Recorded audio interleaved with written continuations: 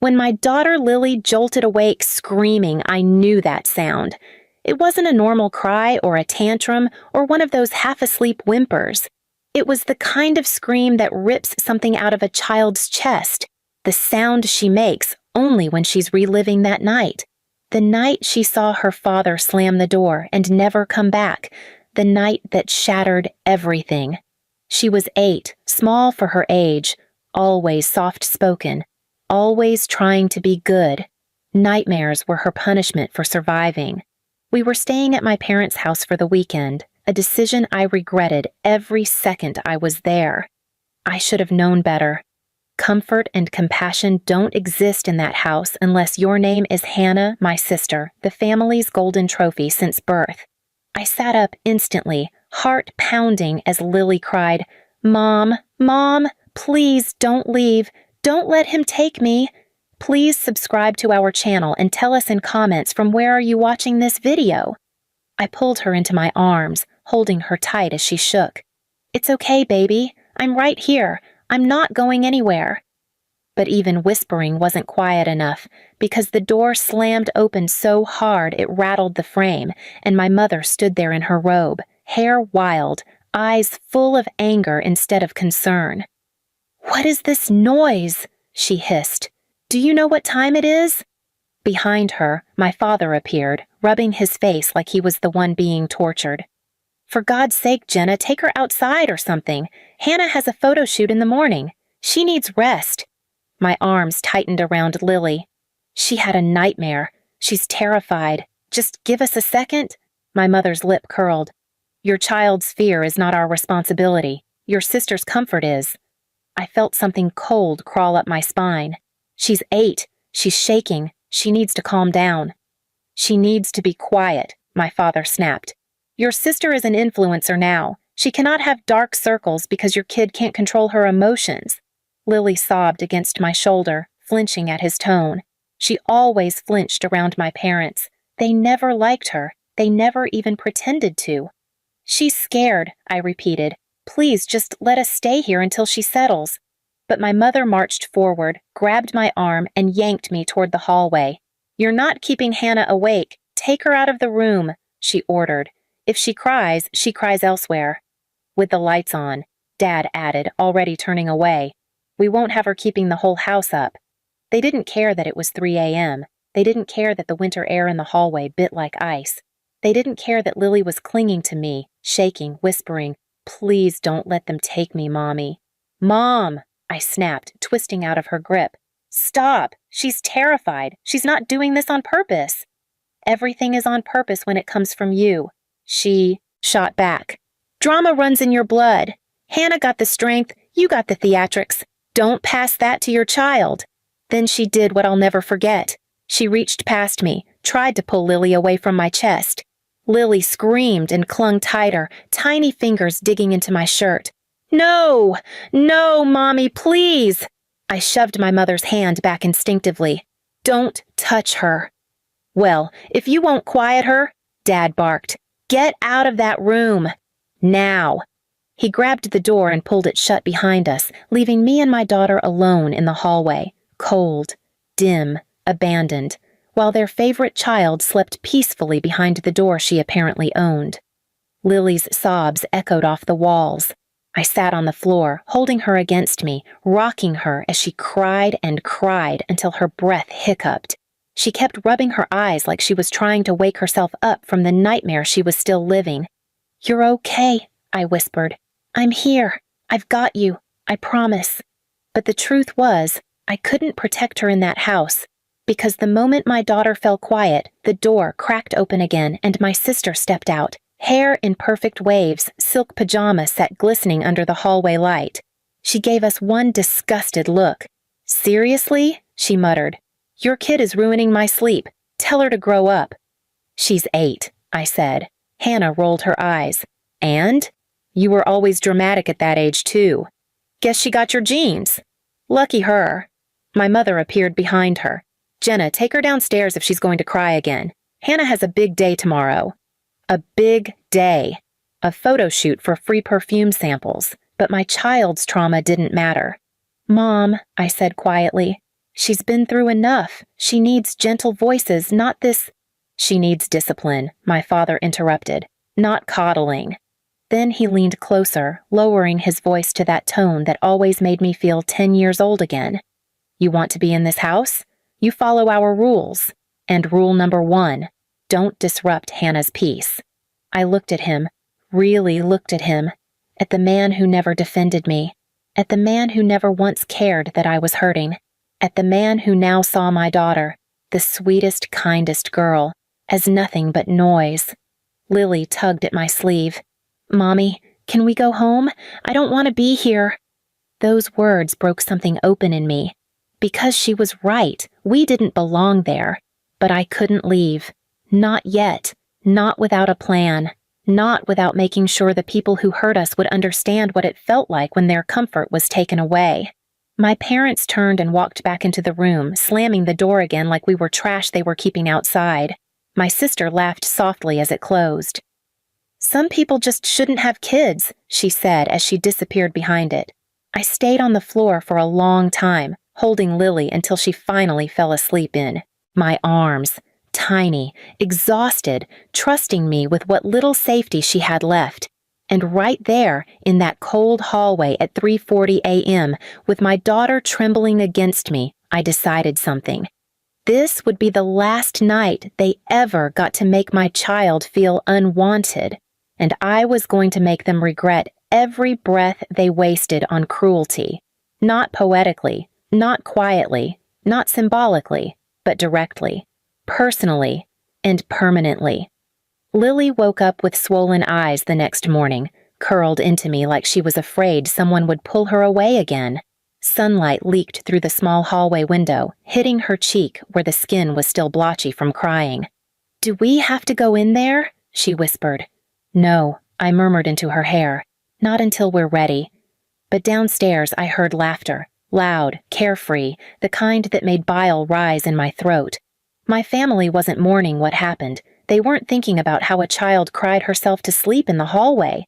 They were thinking about pancakes, coffee, and Hannah's photo shoot. I helped Lily stand, smoothing her hair with my hands. She kept glancing over her shoulder like the darkness from last night was still behind us. When we finally went downstairs, Mom didn't even look at Lily. She looked through her. "You two took long enough," she said, setting down a plate of food for my sister first. "Hannah needs her vitamins and her breakfast warm." My father pointed to a stool at the far edge of the kitchen island. "She can sit there," he said, meaning Lily. "Out of the way." It wasn't even a real seat. It wobbled, and the cushion was torn. Hannah's kid sat in the good chair with a purple booster seat and a full plate of waffles. Lily climbed onto the unstable stool, small hands gripping the counter for balance. My stomach twisted. I said quietly, "Do you have a proper chair for her?" My mom's eyebrows shot up. If she wanted a proper chair, she shouldn't have screamed all night. Hannah laughed into her smoothie. "Kind of ironic, right? You raise her soft, then blame us when she can't handle life." "She's 8, I repeated, the words tasting bitter now. My father slapped the newspaper onto the counter. "And she needs to stop being such a burden. Hannah never acted like this. Hannah was easy. Hannah was strong." Lily stared at her plate, shoulders curling inward. Then Mom turned to me. "And you, if you plan on staying another night, you'll follow our rules. We won't have chaos in this house. Not for your child. Not for you." My jaw tightened. "We're not staying tonight." Mom blinked like I'd just insulted royalty. "Excuse me?" "You heard me," I said. "We're leaving after breakfast." Hannah scoffed. "Drama queen, just like always." My father glared. "If you walk out now, don't expect to come back when you need help." "I've never gotten help from you," I said calmly. That made the whole room freeze, because they weren't used to me speaking to them like an equal. They were used to me apologizing, shrinking, trying to smooth the air, but something about last night snapped the part of me that begged for their approval. Lily reached for her fork and the stool wobbled again. She flinched, grabbing my sleeve for balance. My mother noticed and smirked. "Maybe she'll fall off. Then she'll learn to sit still." My vision blurred with anger. "You're talking about a child," I said. "Your grandchild." She's not my grandchild, Mom said coldly. She's your consequence. Lily went stiff, her fork clattering softly against her plate. She whispered, Mommy, can we go now? Please? I stood up. Get your shoes, baby. My father slammed his hand onto the counter. Sit down. We're not done talking. Yes, we are. But as we headed toward the stairs, I heard Hannah behind me, voice dripping with mock sympathy. No wonder Lily's scared of the dark. She probably knows deep down you can't protect her from anything. That stopped me dead. Something dark and cold uncoiled inside me. Not fear, not hurt, something sharper. I turned slowly. Don't talk about her. What? Hannah said innocently. She needs to toughen up. Kids cry too much these days. She had nightmares, I said. Nightmares you don't care enough to understand. My mother crossed her arms. Because her nightmares are theatrics? My father added, Everything about her is dramatic. She needs discipline. Lily stood halfway up the stairs, small hands gripping the railing, eyes big and filled with confusion. Mommy, why do they hate me? My chest cracked open because she asked it softly, curiously, like she was genuinely trying to understand. I went up to her, kneeling so my face met hers. They don't matter, I whispered. You didn't do anything wrong. They're just wrong people. Her eyes shimmered. I don't want to come back here. My hands cupped her cheeks. You won't have to. Behind us, my family erupted. My mother, that's it, Jenna, put ideas in her head. My father, typical, turn her against us. Hannah, honestly, just go. You bring the mood down anyway. I stood, taking Lily's hand, and walked her back upstairs, not to pack, not yet. But to keep her away from the storm I could feel gathering inside me, because the more they talked, the more something inside me shifted from defense to strategy. They didn't know it yet, but by tonight, every single one of them would finally learn what fear felt like. Not through violence, not through theatrics, not through poetic justice, through consequences, real ones. I tucked Lily into my side and whispered, Baby, I need you to stay with me today, okay? Really close. She nodded, trusting me the way nobody ever should have trusted my parents. I stood there for a long moment, staring at the closed bedroom door, listening to my family laugh downstairs again like we were nothing. Then I whispered to myself, This ends today. And for the first time in years, I felt strong. I didn't go downstairs right away. I sat with Lily until her breathing turned steady, her fingers wrapped around mine like she was afraid I'd disappear. When she finally drifted off for a quick nap, I slipped out quietly and stepped into the hallway. My phone felt heavy in my hand, not because of fear, but because of certainty. I'd spent years begging these people to act human. Now they were going to deal with real consequences for the first time in their lives. I walked downstairs, where they were all spread out across the living room. Mom folding throw blankets like she owned compassion. Dad complaining about the news. Hannah scrolling her phone like she was the star of every room. They didn't even look up at me. Perfect. I cleared my throat. So, about last night. Dad rolled his eyes. Are you still on about that? Mom muttered. God, Jenna, take a joke. A child screaming is a joke? I said. Dragging us into a hallway is a joke? Hannah didn't even glance up. Your kid was loud. End of story. I stepped forward, my voice calm. Too calm. Great. Then you won't mind signing something. Dad looked up sharply. What? I pulled out a printed document, not to trick them, not to manipulate, but because I'd spent 6 months preparing for the day I'd finally be free. A custody boundary agreement. It stated that they were not allowed unsupervised contact with Lily, not allowed to take her anywhere, not allowed to treat her as property, not allowed to involve themselves in her discipline. Fully legal, fully enforceable. Mom snorted. You expect us to sign that garbage? You told me we're a burden, I said. So consider this protection, for both of us. Dad leaned forward, face twisting. We are your parents. We get access. Not anymore, I said. Sign it. Hannah laughed like I was a sitcom. What are you going to do if they don't? Cry? Write a letter? I held up my phone.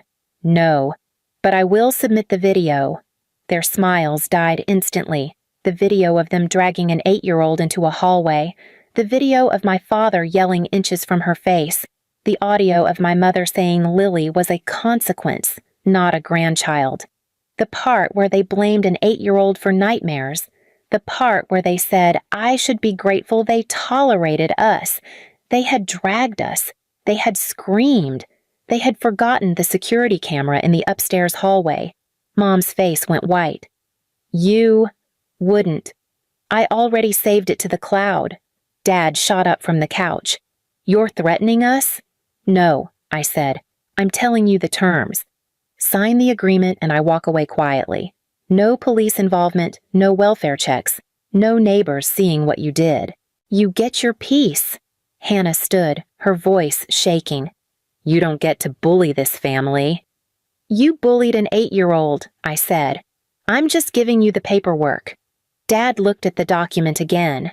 And what if we refuse? I held his stare, steady and sharp.